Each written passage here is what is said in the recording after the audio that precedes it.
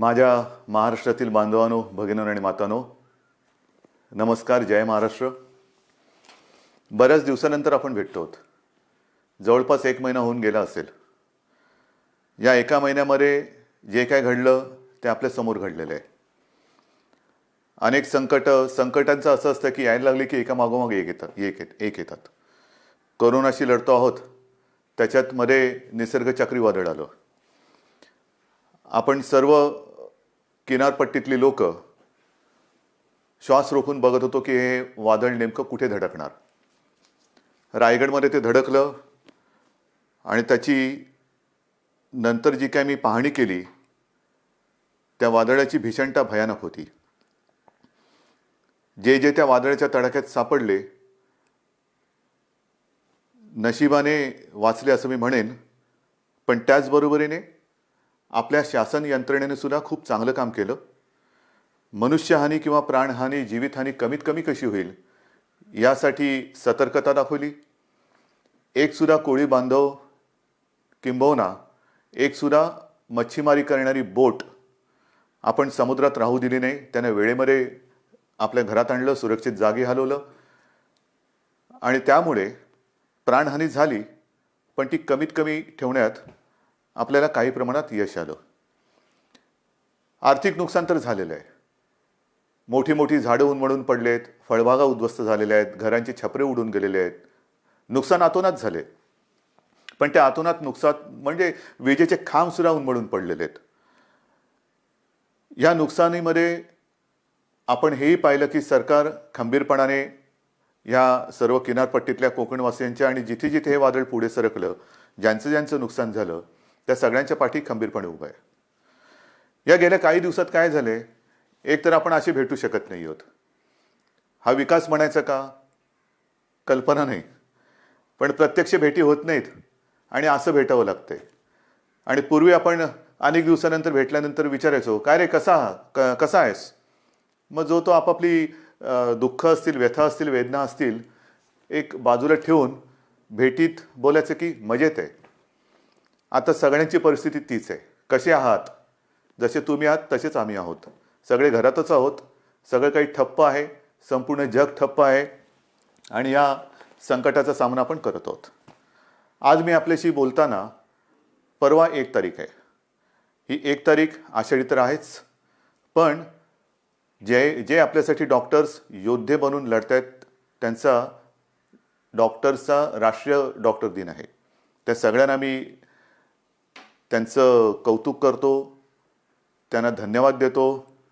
आणि तुम्ही जी लढाई लढतात आमच्यासाठी, त्याच्यात आम्ही सुद्धा तुमच्यासोबत आहोत. तुमच्यासोबत तुम्हाला आम्ही सहकार्य करतो आहोत आणि करू, हे एक वचन त्यांना देतो. डॉक्टर दिनाबरोबर आपल्या राज्याचे माजी मुख्यमंत्री वसंतराव नाईक, त्यांचाही जन्मदिवस आणि हा दिवस हा सप्ताहच आपण शेतकरी सप्ताह म्हणून साजरा करतो. म्हणजे दोन्ही जे आत्ता आपल्याला जीव वाचवत आहेत त्या डॉक्टरांचा तो दिवस आहे आणि योगायोगाने वसंतरावांच्या जन्मदिवसाच्या निमित्ताने जो शेतकरी दिन साजरा करतो, म्हणजे आपल्याला जगाला जो आपलं धान्य पिकवतो, त्यांचा सुद्धा हा एक दिवस आहे. म्हणून मी या दोन्ही शेतकऱ्यांना आणि माझ्या डॉक्टर्सना विनम्र नमस्कार करतो आणि आपल्याशी आता बोलतो. साहजिकच आहे, 30 तारखेपर्यंत हा लॉकडाऊन आहे. माननीय पंतप्रधानांनी 30 जूनपर्यंत हा लॉकडाऊन जाहीर केलेला आहे. 30 जून नंतर काय होणार, मी यापूर्वीच आपल्याला सांगितलेलं आहे की आता लॉकडाऊन हा शब्द बाजूला ठेवायचा आणि हळूहळू आपण एक एक गोष्टी, सोयी सुविधा, सेवा ह्या उघडत जाणार. म्हणजेच 30 तारखेनंतर लॉकडाऊन उठणार का, तर अत्यंत स्पष्ट शब्दात नाही. मग काय होणार, असंच राहणार का, तर तेही उत्तर नाही आहे. आपण गेले 15-20 दिवस अनुभवतो आहोत. एक एक करत महाराष्ट्रामध्ये आपण अत्यंत काळजीपूर्वक पावलं टाकत सेवा सुविधा आणि काही गोष्टी म्हणजे दुकानं असतील, आजपासून आपल्या नाभिकांची जी सेवा आहे ती सुरू होते आहे, अशा काही गोष्टी सुरू करतो. दुकानं सुरू झालेली आहेत, काही ऑफिसेस काही प्रमाणात त्यांच्या कर्मचारी वर्गाची उपस्थिती त्यांना आपण परवानगी देऊन ती सुरू झालेली आहे. तर एक एक गोष्टी आपण सुरू करत चाललेलो आहोत. हे हळूवार का करतो आहोत आपण, याचं कारण अजूनही संकट नाही टळलेलं. एक गोष्ट नक्की लक्षात ठेवा की आपण जे मिशन बिगिन अगेन किंवा पुनश्च हरिओम म्हणून सुरुवात केलेली आहे, ह्याचा अर्थ धोका टळलेला नाही, पण आपण थोडंसं कात्रीत सापडलेलो आहोत. ज्याला म्हणतात ना, इकडे आड आणि तिकडे विहीर. आपल्याला इथेही पडायचं नाही आणि तिथेही पडायचं नाही, मधोमध बरोबर आपला तोल सांभाळून हे संकट पार पाडायचे, संकटाचा काळ हा पार पाडायचा आहे. आणि म्हणून केवळ आणि केवळ अर्थचक्राला एक गती द्यायला आपण सुरुवात करण्यासाठी म्हणून एक एक गोष्टी आपण उघडत चाललेलो आहोत. एखादी गोष्ट उघडली म्हणजे धोका टळलाय, आता आपण बिनधास्त, अजिबात नाही. कृपा करून तशा गैरसमजात, तशा भ्रमात राहू नका, कारण तसं जर का आपण वागू तर करोना आवासून बसलेलंच आहे. आपण करोनापासून वाचण्यासाठी घरात राहा म्हणून तुम्हाला मी सांगितलेलं आहे. अनावश्यक कामासाठी बाहेर पडू नका. आवश्यक असेल तेव्हा आणि तेव्हाच घराबाहेर पडा, हे माझं आजही सांगणं आहे. तुम्ही म्हणाला, अरे हा काय आलं की नुसतं आपलं काळजी काळजी आणि काळजी. आपलं सरकार काळजीवाहू नाहीये, कारण नेहमी असं म्हणतात, ज्या सरकारला स्वतःची काळजी असते त्याला काळजीवाहू म्हणतात. हे सरकार तुमचं आहे, मजबूत आहे आणि तुमची महाराष्ट्राची काळजी घेणारं हे सरकार आहे. आणि म्हणून माझं कर्तव्य आहे की तुम्हाला धोक्यापासून सावध करणं. बाहेर जर का आपण पडलो आणि बिनधास्त वावरलो तर धोका आहेच, प्रत्येक पावलावरती धोका आहे. मला एका गोष्टीचा नक्कीच अभिमान आहे की माझे सगळे महाराष्ट्रातले बांधव, माता भगिनी ह्यांचा सगळ्यांचा माझ्यावरती, आपल्या सरकारवरती विश्वास आहे आणि जे जे काही सरकार सांगतंय त्या सूचना तुम्ही पाळता आहात, म्हणून मला तुमचा अभिमान आहे. हे करत असताना काही ठिकाणी जसं आपण लोकलची मागणी केली होती, त्या लोकल सुरू झालेल्या आहेत. मुंबईमध्ये, ग्रामीण भागामध्ये उद्योगधंदे सुरू झालेले आहेत, तिथे सुद्धा लोकांचं येणं जाणं सुरू झालेलं आहे. विशेष म्हणजे जो शेतकरी, ज्याचा उल्लेख मी सुरुवातीला केला, तो शेतकरी आपण सगळे लॉकडाऊनमध्ये घरी असलो तरी सुद्धा न थकता, न थांबता आपल्यासाठी मेहनत करतोय, घाम गाळतोय, जमिनीत राबतोय, भूमीमध्ये राबतो आहे, अफाट मेहनत करतोय. त्या शेतकऱ्याच्या सोबत आपण आहोत आणि आपण राहिलं पाहिजे. मला कल्पना आहे की जसजसा हा सीझन आता पुढे सरकतोय, महाराष्ट्रातल्या ग्रामीण भागात, मग मराठवाडा असेल, विदर्भ असेल, काही ठिकाणावरून तक्रारी आलेल्या आहेत आणि त्याची गंभीर दखल आपण घेतलेली आहे. तक्रारी कोणत्या आहेत? बोगस बियाणं. हे दुर्दैव आहे, हे दुर्दैव आहे. ह्याचं कारण शेतकरी हा, एकतर शेतकऱ्याची अवस्था सगळ्यांचीच सारखी झालेली आहे, रोजगारच नाहीये. तरी देखील मागचा पुढचा विचार न करता हा शेतकरी आपल्यासाठी मातीत राबतोय, हे आपल्याला सर्वांनाच माहिती आहे. मरमर मरून, राब राब राबून, अफाट कष्ट करून जे बियाणं त्यांनी पेरलं ते बियाणं उगवलंच नाही. मग काय करायचं? दुबार पेरणीचं संकट आलं, आणायचे कुठून पैसे? एक तर असंही कर्जाचं ओझं जे आपण बऱ्याचशा प्रमाणात उतरवलेलं आहे आणि जे राहिलेलं आहे, जो शेतकरी माझा या कर्जमुक्तीच्या योजनेमधून काही कारणासाठी, म्हणजे जसं मी मागे सांगितलं तुम्हाला की 2 टप्प्यात जे आपण करणार होतो कर्जमुक्ती, त्याच्यातला काही भाग, काही लाख शेतकरी हे नेमकं तिथल्या स्थानिक निवडणुका आल्या, आचारसंहिता सुरू झाली म्हणून ही कर्जमुक्ती तिथली थांबली. त्याच्यानंतर करोनाचं संकट आलं म्हणून ही कर्जमुक्ती थांबली. पण आता आपण ठरवलेलं आहे की लवकरात लवकर हा उरलेला सुद्धा शेतकरी आहे त्याला देखील कर्जमुक्त करायचं. मग हे असं सगळं करून पैसा जमवून तो आपल्यासाठी बियाणं विकत घेतो, पेरतो आणि राबतो आणि बियाणंच उगवलं नाही. पण मी माझ्या शेतकरी दादांना सांगू इच्छितो की तुम्ही काळजी करू नका, हे सरकार तुमचं आहे. ज्यांनी तुम्हाला फसवलेलं आहे ते कायद्याच्या कचाट्यातून सुटणार नाही. त्यांच्यावरती गंभीर गुन्हे दाखल करून त्यांना सजा तर होईलच, पण जे नुकसान तुमचं झालेलं आहे, त्यांनी केलेलं आहे, त्यांच्याकडनं तुम्हाला हे सरकार नुकसान भरपाई सुद्धा मिळून दिल्याशिवाय राहणार नाहीये. काळजी करू नका. हे सरकार म्हणजे असं बेवारशाचा कारभार नाहीये, कोणी यावं आणि माझ्या महाराष्ट्रातल्या जनतेला फसवून जावं, अजिबात नाही चालणार. ज्यांनी शेतकऱ्यांना फसवलेलं आहे त्यांना शिक्षाही होणार, त्यांना शिक्षाही करणार. आणि म्हणून मला असं वाटतं की एक संधपणा जो आपल्यामध्ये आहे तो फार महत्त्वाचा आहे. मला विशेष धन्यवाद आणखीन सर्व धर्मियांना द्यायचे आहेत, सर्व धर्मीय. मग त्याच्यामध्ये माझे हिंदू आलेच, मुस्लिमही आले, ख्रिश्चनही आले, शीख पंथी आले, सगळेच आले. ह्याचं कारण मी मागे आपल्याशी बोललो होतो. साधारणतः शिमगा म्हणजे होळी झाली, शिमगा झाला आणि कोरोनाची बोंबाबोंब सुरू झाली, ती अजूनही कायम आहे.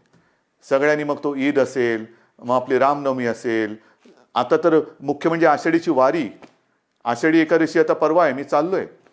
पण सगळ्यांनी आपल्याला एक सामाजिक भान ठेवून हे उत्सव अत्यंत शिस्तबद्ध पद्धतीने जसं सरकार सांगते तशा पद्धतीने ते आता साजरा हा शब्द विचित्र आहे, पण घरातल्या घरात का होईना साजरा करतात. सगळ्यांनाच धन्यवाद दिले पाहिजेत. आपल्या परंपरा आहेत. आषाढी एकादशीची परंपरा, वारीची परंपरा ही किमान 700-800 वर्षापूर्वीपासूनची आहे. आणि आपल्याशी मी आज बोलताना 2020 साल सुरू आहे. मला 2010चं साल आठवलं. 2010 साली मी पांडुरंगाचं दर्शन घेतलं. कसं घेतलं आपल्याला माहिती आहे. मी हा संपूर्ण वारीचा पाठपुरावा केला, पण मी वारीत प्रत्यक्ष सहभागी न होता हेलिकॉप्टरमधून सहभागी झालो आणि एरियल फोटोग्राफी केली. त्याचं पुस्तकसुद्धा मी आपल्या चरणी तुम्हाला मी सगळ्यांना अर्पण केलेलं आहे. पाहावा विठ्ठल. मी विठ्ठल पाहिला, नक्की पाहिला. मंदिरात जाऊन नाही पाहिला कारण मी हेलिकॉप्टरमध्ये होतो, पण अथांग पसरलेल्या त्या वारकऱ्यांमध्ये मला ते विठ्ठलाचं विश्वरूप दिसलं. माझ्यासारखा भाग्यवान मीच असेन. विश्वरूप ज्याला म्हणतात ते विश्वरूप काय असतं ते विश्वरूप मी त्या वारकऱ्यांच्या रूपात पाहिलं. देहभान हरकून हे वारकरी विठू नामाचा गजर करत चालत असतात. अक्षरशः देहभान हरकलेले असतात. म्हणजे कशाचं काही त्यांना सगळं जग आजूबाजूला आहे नाही, बस विठू माऊली विठू माऊली विठू नामाचा गजर करत ते चालत असतात. ही गेल्या अनेक वर्षाची परंपरा. अनेक ठिकाणावरनं संत महात्म्यांच्या पालख्या तिकडे येतात आणि मग ते रिंगणं होतात. मग ते इंदापूरचं रिंगण असेल, वाखरीचं रिंगण असेल, ते घोडे धावतात. हे सगळं अप्रूप हे केवळ आपल्या देशातच होऊ शकतं. पण त्या सगळ्या वारकऱ्यांनी सुद्धा संयम दाखवला. जे सरकार म्हणेल ते. हे असे नागरिक कुठे सापडणार तुम्हाला. आणि त्या वारकऱ्यांना सांगतोय की नाईलाज म्हणून आपल्याला यावेळेला तो सगळा वारीचा सोहळा हा आटोपशीर करावा लागला. पण मी आपल्या वतीने आपल्या विठुरायाला साकडं घालायला जाणार आहे. नक्की जाणार. विठुरायाला मी साकडं घालणार की विठुराया हे काय आहे, कोणते दिवस आहेत, कशी दिवस आहेत, कशी परिस्थिती आहे. हे तुझे लाखो करोडो भक्त आज तुझ्या दर्शनाविना घरातल्या घरात आहेत. आणि का तरी अशी विचित्र परिस्थिती आलेली आहे. तुझे चमत्कार आम्ही अनेक ऐकलेत. आम्ही तुमचे चमत्कार अनेक चित्रपटातून पाहिलेत. पण आता हा चमत्कार आम्हाला दाखव आणि हे करोनाचं संकट लवकरात लवकर नष्ट करून केवळ माझा महाराष्ट्रच नाही तर संपूर्ण जगाला पुन्हा एकदा सुखाचे, समृद्धीचे आणि निरोगी आयुष्याचे दिवस दाखव. हे साकडं घालायला मी जाणार आहे. वारकऱ्यानो, आशीर्वाद, तुमचे आशीर्वाद माझ्या पाठी असू द्या की ते आशीर्वाद घेऊन मी विठुरायाचे आशीर्वाद घ्यायला जाईन. आणि मला खात्री आहे तुम्ही जर मागे उभे राहिलात ना तर आपली विठू माऊली सुद्धा त्या माझ्या साकड्याला यश दिल्याशिवाय राहणार नाही. तुमचे आशीर्वाद मी आज मागतोय. मी आषाढी एकादशीला तुमच्या सगळ्यांचा प्रतिनिधी, मुख्यमंत्री म्हणून नाही, तो मान बहुमान वेगळा, पण मी तुमचा प्रतिनिधी म्हणून मी जातो आहे. जेव्हा तिथे मी पोहोचेन तेव्हा मी तुमचा प्रतिनिधी वारकरी म्हणून मी तिथे पोहोचणार आहे. म्हणून मला तुमचे आशीर्वाद पाहिजेत. आषाढीची ही उद्याची आषाढी, परवाची आषाढी एकादशी येते. त्याच्यानंतर दहीहंडी येते. दहीहंडीच्या मंडळानं सुद्धा मला खास धन्यवाद द्यायचे.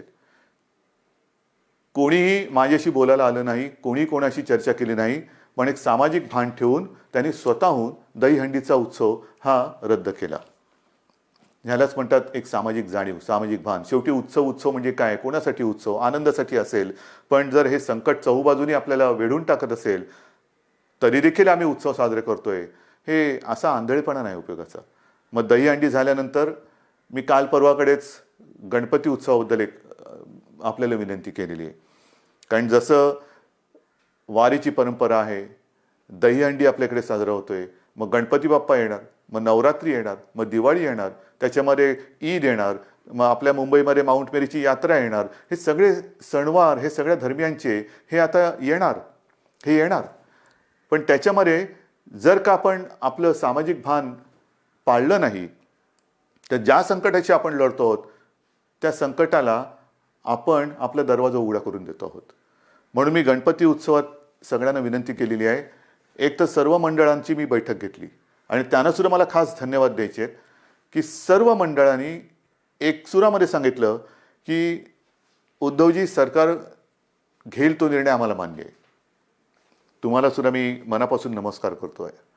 आणि गणरायाला सुद्धा हेच, जे विठुरायाच्या चरणी मी प्रार्थना करतोय, आपण जो निर्णय घेतला आहे की यावेळेला एक सामाजिक भान ठेवून हा उत्सव साजरा करूया.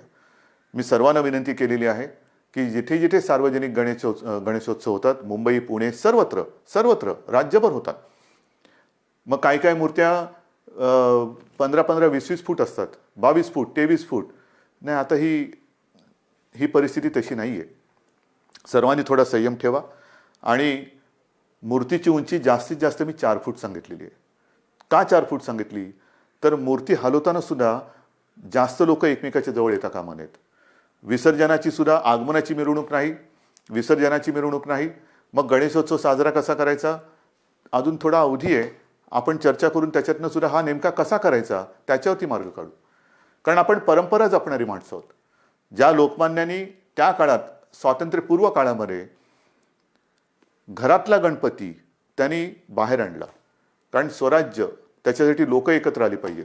म्हणजे त्यांनी सणांची चळवळ केली. आपण चळवळीचा वारसा घेऊन पुढे जायचं आहे.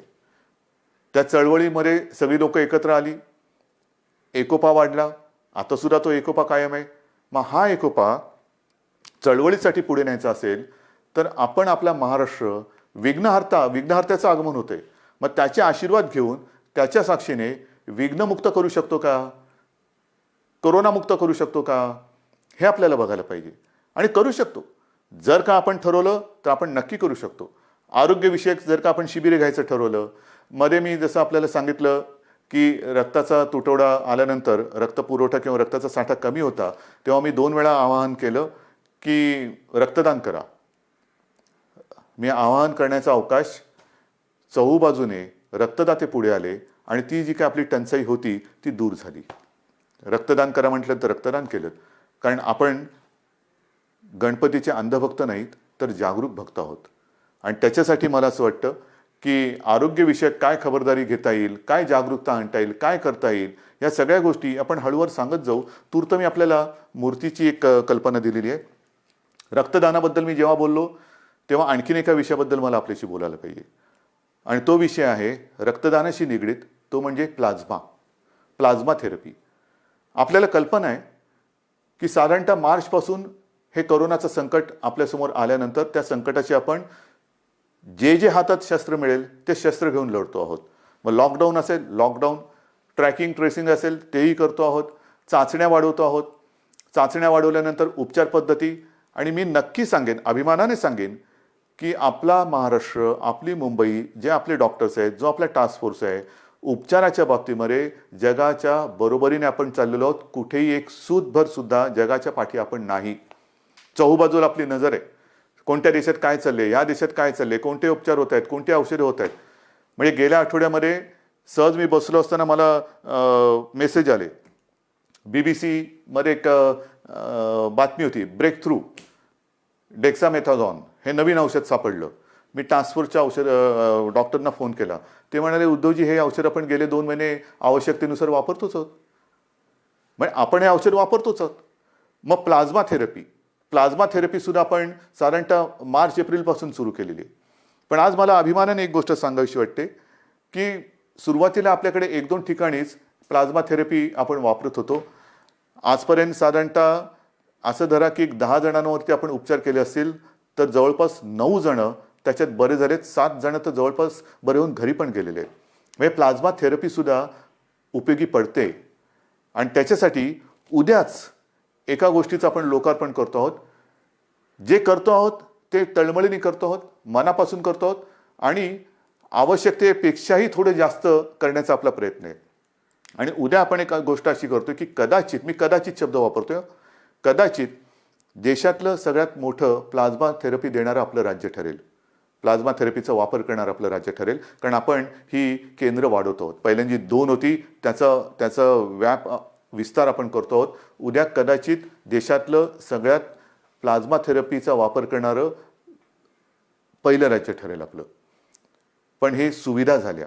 मला जे खास करून ज्यांना कोरोना होऊन जे सुखरूप बरे होऊन घरी गेलेत त्यांना एक विनंती करायची. रक्तदान हे कसं, एक रक्तदान कोणी करू शकतो, पण प्लाझ्मा कोणाचं वापरू शकतो? रक्तगटाप्रमाणे तर तो वापरावा लागतोच.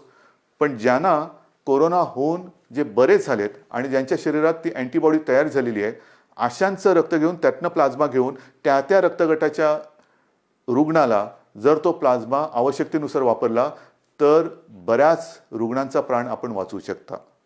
आणि म्हणून खास करून मला जे रुग्ण बरे होऊन घरी गेलेले आहेत त्यांना विनंती करतो आहे की कृपा करून आपण पुढे या. आमच्या शासकीय विद्यालयांना जी वैद्यकीय विद्यालय आहेत त्यांना संपर्क करा, शासकीय डॉक्टर्स आहेत त्यांना संपर्क करा आणि आपण जसं रक्तदान करतो रक्तदानच करायचं आहे, पण तसं प्लाझ्मा दान करा की जेणेकरून आपण वाचलात, आपल्या माध्यमातून आणखीन काही जण वाचू शकतो. ह्यालाच तर आपण एकत्रितपणा म्हणतो, ह्यालाच तर आपण एकजूट म्हणतो आणि ती आपल्या रक्तामध्ये आहे. आणि ती मी मागेही म्हटलं होतं, लढणं हे आपल्या रक्तात आहे आणि जेव्हा रक्ताचा तुटवडा होता तेव्हा रक्तदान करून हा लढाऊपणा आपण सिद्ध केलाय. आता हा पुन्हा एकदा सिद्ध करण्याची नव्हे, पण त्याच्या आवश्यकतेनुसार वापर करण्याची गरज आहे. बांधवांनो आणि माता भगिनींनो, एक गोष्ट नक्की आहे की जसं मी औषधाच्या बाबतीत तुम्हाला सांगितलं की कोणत्याही औषधाच्या बाबतीत आपण पाठी नाही आहे. सुरुवातीपासून जी औषधं आपल्याला वाटतात की वापरली पाहिजेत, म्हणजे आता सगळीकडे रेमडेसिवीर कितीला मिळणार, रेमडेसिवीर मिळणार की नाही, रेमडेसिवीरची किंमत काय होणार, मग फॅविपिरावीर, म्हणजे जशी जशी नावं येतात तसं त्याचा बोलबाला होतो. पहिला होता तो एससीक्यू हायड्रॉक्सिक्लोरोक्विन, मग त्याचा एक हे झाला, ते आपण वापरतोय, आवश्यकतेनुसार वापरतोय. रेमडेसिवीर वापरतो आहोत, टॉझिलिझुमॅब वापरतो आहोत, आयव्हरमेक्टिन वापरतो आहोत, डॉक्सी वापरतो आहोत. तुम्ही नाव सांगा, ती सगळी औषधं आपण इकडे वापरतो आहोत. परंतु ही औषधं वापरायला साहजिकच आहे आपल्याला केंद्र सरकारच्या त्या आरोग्य विभागाची परवानगी लागते. आणि मला एक गोष्ट आपल्याला सांगायची आहे, साधारणतः एप्रिल शेवट किंवा मे असेल, मेची सुरुवात किंवा पहिला मध्ये असेल, आपण ह्या औषधाच्या उपलब्धतेसाठी पाठपुरावा सुरू केला, रेमडेसिवीर आणि फॅविपिरावीर, कारण तिथून परवानगी घ्यावी लागते. मग त्याच्यानंतर एका रुग्णांच्या ग्रुपवरती त्याची टेस्ट घ्यावी लागते. ती यशस्वी झाल्यानंतर मग तिथून परवानगी मिळाल्यानंतर मोठ्या प्रमाणात आवश्यकतेनुसार त्याचा वापर करावा लागतो. आता गेल्या आठवड्यामध्ये ह्याची परवानगी आपल्याला मिळालेली आहे, रेमडेसिवीर आणि फॅविपिरावीर. येत्या काही दिवसात याचा पुरेसा साठा हा आपल्याला उपलब्ध होईल. किमतीची पर्वा करू नका. शासकीय आणि निमशासकीय रुग्णालयामध्ये मी तर म्हणतोय की रेमडेसिवीर आणि ही औषधं आपण मोफत उपलब्ध करून देण्याच्या विचारामध्ये आहोत. पण पहिली गोष्ट ही उपलब्ध होत आहेत आता, म्हणजे कोणी काळजी करण्याचं कारण नाही आहे. कसं मिळणार आता आहे, अजून एक थोडे दिवस आपल्याला त्याच्या साठ्याबद्दल किंवा उपलब्धतेबद्दल आपण प्रयत्न करून ती उपलब्ध करून देतो आहोत. पण एकदा का हा साठा आपल्याकडे किंवा ज्याला म्हणतो ना पुरवठा व्हायला लागला की त्याचा कुठे मी तुटवडा पडू देणार नाही, ही तुम्हाला मी खात्री देतोय. रुग्णांची संख्या वाढणार. तुम्ही म्हणणार वाढणार म्हणजे काय, नाही तसं नाही आहे. ह्याला दोन गोष्टी आहेत. आपण अर्थचक्राला गती देण्यासाठी काही गोष्टी हळूहळू मिशन बिगिन अगेन म्हणून सुरुवात केलेली आहे. ये जा वाढली, भेटणं वाढलं, संपर्क वाढला आणि तो संपर्क वाढल्यानंतर साहजिकच आहे रुग्णांची संख्या ही सुद्धा वाढत चाललेली आहे. पण ही रुग्णांची संख्या वाढत असताना आपण टेस्टची संख्या सुद्धा वाढवतो आहोत आणि ती वाढवलेली आहे. म्हणून आता रुग्ण येण्याची वाट न बघता आपण व्हायरस पोचायच्या आत तिकडे पोहोचण्याचा प्रयत्न करतोय. चेस द व्हायरस ही एक नवीन संकल्पना मुंबईत सुरू केली, ती संपूर्ण राज्यभर आता आपण राबवत आहोत. Chase the virus. आणि त्याच्यासाठी रुग्णांची संख्या जरी वाढत असली तरी आपल्याकडे आरोग्य सुविधाही आपण वाढवत आहोत. औषधांची सुद्धा कुठेही टंचाई होणार नाही, औषधोपचार ते सुद्धा वाढवत आहोत. पण या निमित्ताने मला पुन्हा एकदा काही डॉक्टर्स जे आहेत, ज्येष्ठ डॉक्टर्स, मी समजू शकतो प्रत्येकाला जीवाची काळजी असतेच, पण काही ज्येष्ठ डॉक्टर्स जे 55-60च्या वरती आहेत पण अनुभव आहे त्यांना, 55-60च्या वरती आहेत आणि ज्याला आपण म्हणतो की हाय रिस्क, म्हणजे ह्या डॉक्टर्सना सुद्धा त्यांना सुद्धा सकाळ दुपार संध्याकाळ रात्र 24 तास ही रुग्णांची काळजी आहेच. तर त्यांना सुद्धा इतर काही व्याधी किंवा विकार आहेत, म्हणजे डायबिटीज असतील, किडनीचे विकार असतील, समजा दुसऱ्या काही आणखीन गोष्टी असतील, तर ते सुद्धा थोडेसे घाबरून हॉस्पिटलमध्ये जात नाही आहेत. मी त्यांना नम्रपणाने विनंती करतोय की आपण काळजी करू नका. एक काळ असाही होता की सगळीकडे पीपीई किट मिळत नाही, N95 मास्क मिळत नाही. आता या सगळ्याचा पुरवठा आपल्याकडे मुबलक आहे, साठा मुबलक आहे. काही काळजी करू नका. तुमच्या पाठी सरकार आहे. जे तुमच्या सुरक्षेसाठी आवश्यक आहे ती संपूर्ण खबरदारी घेण्याची तयारी सरकारची आहे. कारण आपण कोविड योद्धा म्हणायचं आणि त्याला बिना शस्त्रांनी पाठवायचं असं अजिबात होणार नाही. पण आज आपली गरज आहे, महाराष्ट्राला गरज आहे, आपल्या अनुभवाची गरज आहे. कारण अनेक ठिकाणी आपण ज्येष्ठ डॉक्टरांची एक अनुपस्थिती हे अनुभवतो आहोत. म्हणून मी सगळ्यांना विनंती करतोय की आपण जिथे जिथे असाल, हॉस्पिटलमधले असाल हॉस्पिटलमध्ये जा, खाजगी आपले दवाखाने क्लिनिक असतील कृपया सुरू करा. ज्या ज्या गोष्टीची आपल्याला उपकरणांची आवश्यकता असेल ती सरकारकडनं आपल्याला दिली जाईल. तुम्ही त्याच्यात अजिबात काळजी करू नका. तुम्हाला जे जे पाहिजे ते पुन्हा मिळेल, ते पूर्ण मिळेल. अशा पद्धतीने आपण एका बाजूला आरोग्य सुविधा वाढवत चाललेलो आहोत, एका बाजूला टेस्टची संख्या वाढवत चाललेलो आहोत, टेस्टची केंद्र वाढवत चाललेलो आहोत. आता तर काही अँटीबॉडी आणि अँटीजेन टेस्ट करण्याचे रॅपिड किट येत आहेत, तेही मोठ्या प्रमाणावरती आपण घेतो आहोत की ज्याचा एक प्राथमिक जो आपल्याला गाईड करू शकतो, मार्गदर्शक ठरू शकतो की कोणाला हा कोरोना होऊन गेला आहे का, त्याच्याबद्दल एक माहिती मिळते आणि साधारणतः निगेटिव्ह पॉझिटिव्ह ह्याच्याबद्दल एक गाईडलाईन मिळते आणि मग आपण त्या पद्धतीने त्याला वेगळं करून उपचार सुरू करू शकतो. तर ह्याही टेस्ट आपण करतो आहोत. ह्याचं कारण असं की आता पावसाळा सुरू झालेला आहे. पावसाळा सुरू झाल्यानंतर नवीन अंकुर येतात, कोंब येतात, पालवी फुटते, हिरवगार होतं, सगळं हिरवे हिरवे गार गालीचे सगळीकडे पसरलेले दिसतात. फार सुखद असं दृश्य असतं.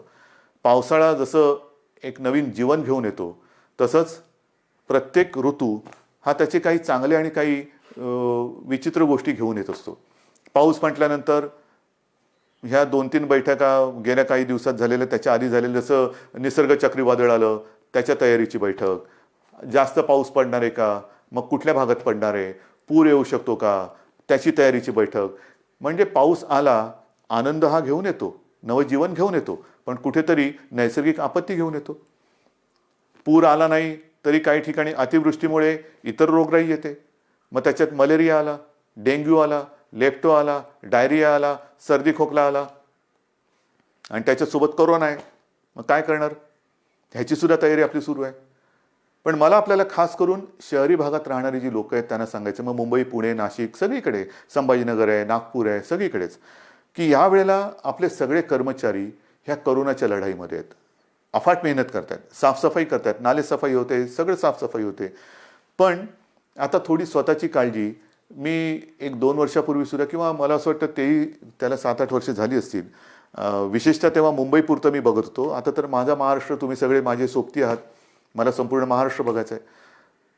सांगण्याची गोष्ट काय की हे जे दिवस असतात ते मलेरिया आणि डेंग्यूचे असतात. आणि हा डेंग्यू असा विचित्र आहे की एक कोका कोलाच्या बाटलीचं बुच असं उपडं पडलेलं असेल आणि त्याच्यात तेवढं बुचभर जरी पाणी असलं तरी त्याच्यात सुद्धा डेंग्यूच्या आळ्या होऊ शकतात. अंड कुठे अर्धवट पडलेलं, फुटून पडलेलं आहे, टायर पडलेले असतात, हे फार धोकादायक. त्याच्यानंतर प्लास्टिकचं कवर असतं, त्याच्यात ते थोडेसे असे खळगे तयार होतात, त्याच्यात पाणी साठतं. नारळाच्या त्या काय त्याला म्हणतात कवट्या, त्याच्यात पाणी साठतं. झाडांच्या फांद्या तुटून ढोल्या तयार झाल्या असतात, त्याच्यात पाणी साठतं आणि त्याच्यात सुद्धा डेंग्यू होऊ शकतं. तर आपल्याला आपला परिसर स्वच्छ ठेवायचा आहे. कुठेही पाणी साठू देऊ नका. एअर कंडिशनच्या खाली, त्याच्यानंतर फ्लॉवर पॉटमध्ये, अनेक घरामध्ये फेंगशुई त्याच्यासाठी जे काही झाडं लावली जातात त्याच्यामध्ये पाणी असतं, त्याच्यात डेंग्यूच्या आळ्या होऊ शकतात. तर ह्या सगळ्या गोष्टींपासून आता आपल्याला खबरदारी घ्यायला पाहिजे. कारण एका मागोमाग एक संकटाची मालिका ही आपल्याला आता तोडायलाच पाहिजे. मी तुम्हाला ह्या सगळ्या काळज्या घ्यायला सांगतोय कारण एक आपुलकीने सांगतोय, प्रेमाने सांगतोय की काय करावं, काय करू नये. आज सुद्धा मी जेव्हा बघतोय की अनेक ठिकाणी, मुंबईत असो, शहरात असो, पुण्यात असो, ग्रामीण भागात असो, काही ठिकाणी अरे आता झालं सगळं. नाही, झालेलं काही नाहीये, झालेलं काही नाहीये. भाजीवाले बसलेत, तिकडे सुद्धा गर्दी होते, तोंडावरती मास्क नाही, हात कुठेही लावतायत, चेहऱ्याला हात लागतायत. आपणहून कोविडला बळी पडू नका, आपणहून पडू नका. ह्या ज्या प्राथमिक ज्या काही गोष्टी आहेत ना, ह्या जर का आपण पाळल्या, म्हणजे बाहेर फिरताना तोंडावरती मास्क लावणं, एकमेकांपासून अंतर ठेवणं. मी सुरुवातीला सांगितलं होतं की मॉर्निंग वॉकला आपण परवानगी दिलेली आहे, सकाळचा व्यायाम करायला परवानगी दिलेली आहे. तो आरोग्यासाठी दिलेली आहे, आरोग्य सुदृढ व्हावं म्हणून दिलेले आहे, आजाराला बळी पडण्यासाठी नाहीये. तर ह्या काही गोष्टी ह्या आपल्याला पाळाव्या लागतील. जशा काही गोष्टी आपण ओपन करत चाललेलो आहेत तशा ह्या केसेस वाढत आहेत आणि काही ठिकाणावरून माझ्याकडे विचारणा होते की आम्हाला ह्या भागामध्ये पुन्हा लॉकडाऊन करण्याची परवानगी द्या. लॉकडाऊन करायचं का? मी आपल्याला प्रश्न विचारतोय, करायचं लॉकडाऊन? कारण हे तुम्ही ठरवायचे. जर गरज नसताना बाहेर पडलात आणि गर्दी केली आणि केसेस वाढायला लागल्या तर पुन्हा ये रे माझ्या मागल्या. मग एक एक गोष्टी आपण पुढे पाऊल टाकताना पुन्हा मागे नाही यायचं आता. म्हणून लॉकडाऊन करायचं की नाही ह्याचा निर्णय आता मी तुमच्यावर सोपवतोय. जर मला असं वाटलं की गर्दी वाढते, केसेस वाढत आहेत, तर मी प्रशासनाला सांगितलेलं आहे की अशा ठिकाणी जर का आवश्यकता वाटली, शक्यतो नको पण आवश्यकता वाटली तर मग पहिल्यासारखा लॉकडाऊन करण्याची गरज तिकडे पडू शकते. कारण कोरोना हा व्हायरस वस्त्या, एक एक वस्ती, जसं काही ठिकाणी तो शिखरावरती पोचला, खाली आला, पण वस्ती बदलली. काही ठिकाणी जिकडे अजून प्रादुर्भाव नाही आहे तिकडे सुद्धा गाफील राहून नाही चालणार. तर ह्या अशा काही काळज्या घेऊन आपल्याला ह्या पुढच्या काळाची वाटचाल करायची आहे. दरम्यान मी तुम्हाला सांगितलं की शेतकऱ्यांसाठी सुद्धा कर्जमुक्तीची योजना जी थोडी काही भागात अपूर्ण राहिली ती आपण पूर्ण करतोय. बोगस बियाण्यामुळे फसले गेलेले शेतकरी त्यांच्या पाठीशी आपण उभे राहतो.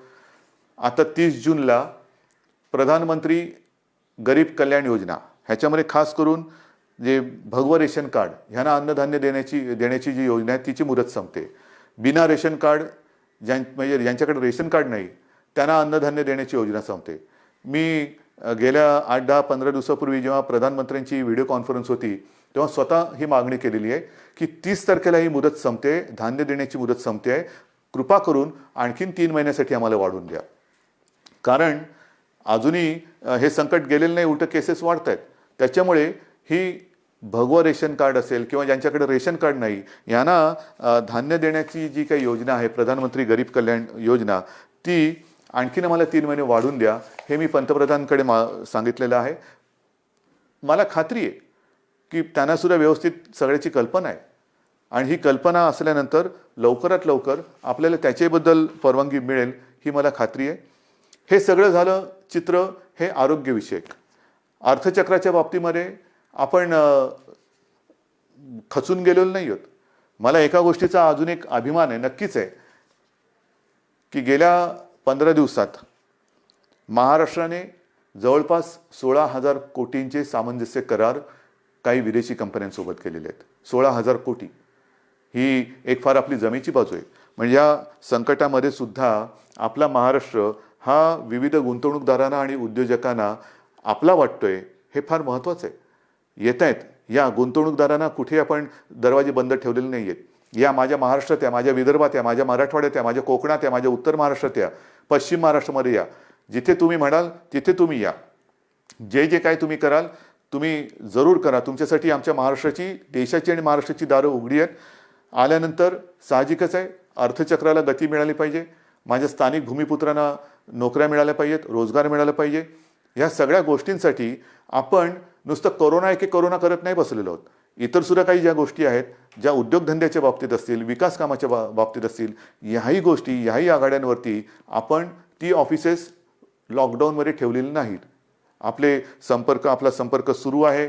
सगळ्यांना आपण संपर्क करतो आहोत, त्यांच्या आवश्यकता समजून घेतो आहोत, आपण त्यांना काय देऊ शकतो त्याच्यावरती विचार करतो आहोत. काही अटी तटी शर्ती मी आल्यानंतर असं काही जणांना होतं नको तो बाबा महाराष्ट्र आम्ही चाललो परत, तसं नाही आहे. तुम्ही सांगा काय काय आम्ही करू शकतो, हे आम्ही करू शकतो, ते तुम्हाला मान्य असेल जरूर या. एकदा आलात की तुम्हाला कुठेही आडकाठी केली जाणार नाही. या पद्धतीने आपण जातो आहोत. मग ते पर्यटनाच्या बाबतीत असेल, उद्योगधंद्याच्या बाबतीत असेल, चहूबाजूनी आपण आपले प्रयत्न सुरू आहेत. याचं कारण असं की आपल्याला सर्वांना कल्पना आहे की आपलं अर्थसंकल्पीय अधिवेशन सुरू होतं. अर्थसंकल्प मांडला काय, नवीन स्वप्न घेऊन आम्ही तुमच्यासमोर आलो काय आणि अचानक हे संकट आल्यानंतर तेही अधिवेशन आपल्याला आवर्त घ्यावं लागलं. तर ही अशी सगळी परिस्थिती आहे. ह्या परिस्थितीचा मुकाबला करतो आहे. शिक्षणाच्या बाबतीत सुद्धा निर्णय तुम्हाला मी सांगितलेला आहे. तर सगळ्यांचीच काळजी घेतोय. शाळा सुरू होणार का, तर माझं म्हणणं आहे शाळा सुरू होणार का पेक्षा शिक्षण कसं सुरू होणार त्याच्यावरती आपण लक्ष देतो. मग ते शालेय शिक्षण असेल, महाविद्यालयीन शिक्षण असेल, सगळ्याच बाबतीत आहोत. तर असं एक एक एक एक एक गोष्टी आपण करत चाललेलो आहोत. मला खात्री आहे जसं जे सहकार्य तुम्ही आजपर्यंत मला केलं, सरकारला केलं, तसंच याही पुढे कराल. जे जे काय आपण करू ते मी तुम्हाला आधीच सांगितलेलं आहे की तुम्हाला न सांगता मी काही करणार नाही. लॉकडाऊन हा शब्द जरी मी वापरत नसलो तरी याचा अर्थ आपण परवापासून सगळं काही उघडतो आहोत असा गैरसमज करून घेऊ नका. आज देखील आपल्याला उलट आज जास्त शिस्तीची गरज आहे. कारणाशिवाय बाहेर पडू नका. कारण आपण असं म्हणतो की ज्येष्ठ नागरिक म्हणजे घरातले आई वडील कोणी ज्येष्ठ सगळे आपले कुटुंबीय त्यांची काळजी घ्या, मुलांची काळजी घ्या आणि तरुणांनो बाहेर पडा. ह्याचा परिणाम असा होतोय की तरुणसुद्धा आता संक्रमित व्हायला लागलेले आहेत. आणि बऱ्याच ठिकाणी आजही म्हणजे आजसुद्धा एक गोष्ट चांगली आहे की 80% लोकांना लक्षणच दिसत नाही. पण लक्षण दिसले नाहीत ह्याचा अर्थ त्याला प्रादुर्भाव झाला नाही अशातला भाग नाही. मग तो लक्षणं न दिसणारा तरुण घरात इतरांना त्याचा संपर्क झाला तर तो एक प्रादुर्भाव होऊ शकतो. म्हणून ह्या सगळ्या गोष्टी आपल्याला खूप काळजीपूर्वक करायच्या आहेत. बाहेर पडलात तोंडावरती मास्क पाहिजे, हात सतत धुत राहिलं पाहिजे, सॅनिटायझर वापरायला पाहिजे, साबणाने हात धुवायला पाहिजे. ह्या सगळ्या गोष्टी ह्या अजूनही आपल्याला काही काळ पाळाव्याच लागतील. कारण ह्या केवळ आणि केवळ आपल्या म्हणजे तुमच्या भल्यासाठी आणि आपल्या कुटुंबियांसाठी. आणि दुसरी गोष्ट अशी की मगाशी मी जे डॉक्टर्सना विनंती केली ती एवढ्यासाठी की ज्येष्ठ डॉक्टर्सना मी विनंती केली की आपण स्वतः जाणीवपूर्वक जातीने लक्ष द्या. कारण ही साथ विचित्र आहे. कारण तो रुग्ण त्याचे कुटुंबीय तुमच्या ताब्यात देत असतात. ते कुटुंबीय त्याला भेटू शकत नाहीत. पण केवळ आणि केवळ तुमच्या भरोश्यावरती घरातली प्रिय व्यक्ती ही तुमच्या ताब्यात ते सोपवत असतात. तर त्यांच्याकडे आपण आपुलकीने प्रेमाने लक्ष द्या. आपण आपल्या कुटुंबातला म्हणून त्यांच्याकडे बघा. ही जर का आपली जवळीक साधली गेली ना तर माझं मत आहे की करोना वगैरे असंच निघून जाईल. तर हा जो काही दुरावा थोडा राहिला असेल भीतीपोटी ती भीती तुम्ही सरकारवरती सोपवा. तुम्हाला काय उपकरणं पाहिजे ती सांगा, सरकार तुम्हाला देईन. पण आता ह्या अंतिम टप्प्यात आपल्याला हे युद्ध अर्धवट सोडून चालणार नाही. इथपर्यंत आपण लढत आलेलो आहोत. आता जर का आपण गाफील राहिलो तर मग पुढे आपण जाऊ शकत नाही. अजूनही संकट टळलेलं नाही, धोका टळलेला नाही. पण हा धोका पत्करून जे करता येणं शक्य असेल त्या गोष्टी आपण हळुवारपणाने उघडत चाललेलो आहोत.